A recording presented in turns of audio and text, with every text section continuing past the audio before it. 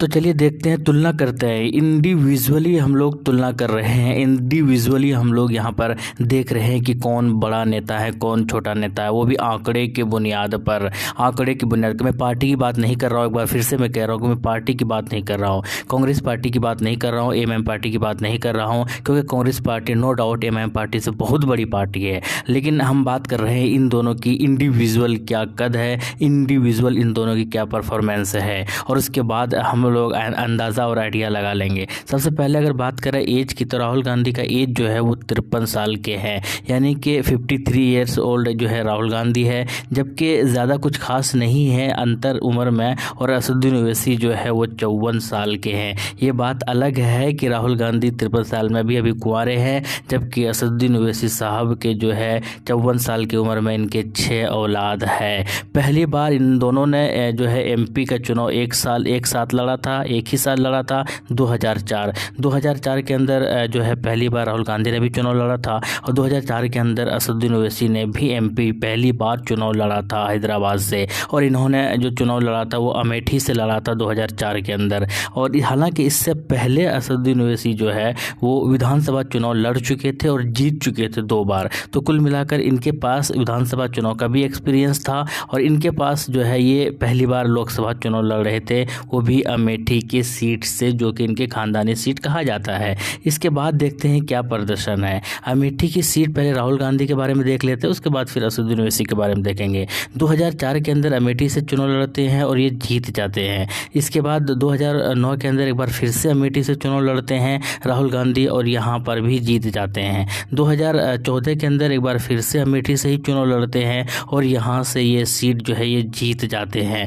लेकिन 2019 के अंदर ये 2 जगह से चुनाव लड़ते हैं, एक अमेठी से लड़ते हैं और एक वायनाड जो कि केरल के अंदर है, यहाँ से लड़ते हैं। लेकिन 2019 के अंदर जो है अमेठी वाली सीट, जो इनके खानदानी सीट माना जा रहा था, जो यहाँ से लगातार जीतते हुए आ रहे थे, तो ये सीट ये हार जाते हैं। लेकिन वायनाड से चूँकि 2 जगह से चुनाव लड़ते हैं, केरल से ये चुनाव जो है जीत जाते हैं। तो कुल मिलाकर ये 2004 से लेकर 2019 तक ये 4 बार चुनाव लड़ते हैं, और 4 बार में से अमेठी से 3 बार जीतते हैं, 1 बार हारते हैं, और वायनाड से जो है वो जीत जाते हैं। तो टोटल अगर कह सकते हैं कि ये 5 बार चुनाव लड़े हैं, और उनमें से 4 बार इनकी जीत हुई है।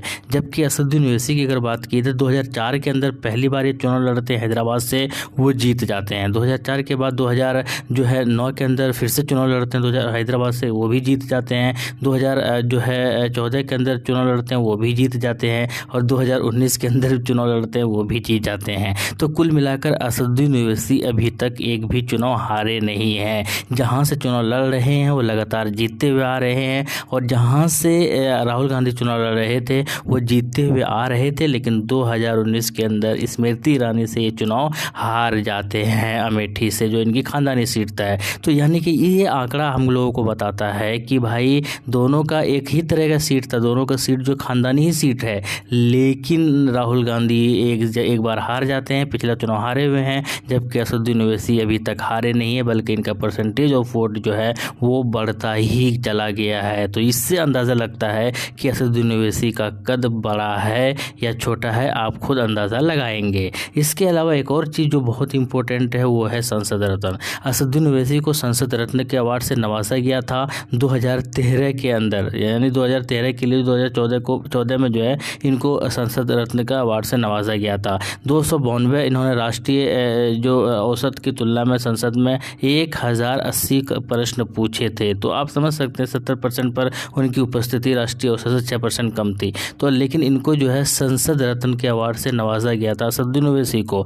जबकि राहुल गांधी के बारे में संसद रत्न का अवार्ड मिला है, मुझे तो नहीं पता, अगर आपको पता हो तो आप ज़रूर बताइएगा। लेकिन राहुल गांधी को शायद संसद रत्न के अवार्ड से नहीं मिला है, नहीं नवाजा गया है। तो कुल मिलाकर ये एक आंकड़े हैं, ये एक जो है जो मैंने आंकड़े आपके सामने रखे हैं, इससे हालांकि ऐसा कुछ नहीं है, कोई एग्जैक्ट आंकड़े तो हो नहीं सकते हैं, लेकिन एक आइडिया आपको लग गया होगा कि क्यों असदुद्दीन ओवैसी बार बार चैलेंज कर रहे हैं राहुल गांधी को कि अगर दम है तो जो भाई हमारे चैलेंज को एक्सेप्ट करो और आकर हैदराबाद से चुनाव लड़ो। तो बेसिकली ये बातें इसलिए ही कर रहे थे क्योंकि बहुत सारे लोग इसको जो है क्योंकि कांग्रेसियों को थोड़ा सा बुरा लग गया कि चैलेंज कर रहे हैं, क्यों कर रहे हैं वो, आप अगर वो हैदराबाद औरंगाबाद बुला रहे हैं तो आप भी जाइए। तो कुल मिलाकर इसीलिए मैंने ये छोटा सा तुलना करने की कोशिश किया था और ज़्यादा कुछ नहीं। और ये जो तुलना था ये सिर्फ और सिर्फ असदुद्दीन और राहुल गांधी के दोनों के पॉलिटिकल कैरियर के बीच में था। मैंने पार्टी के वो इंक्लूड नहीं किया है और पार्टी के बारे में बातें करने के लिए भी नहीं कहा है।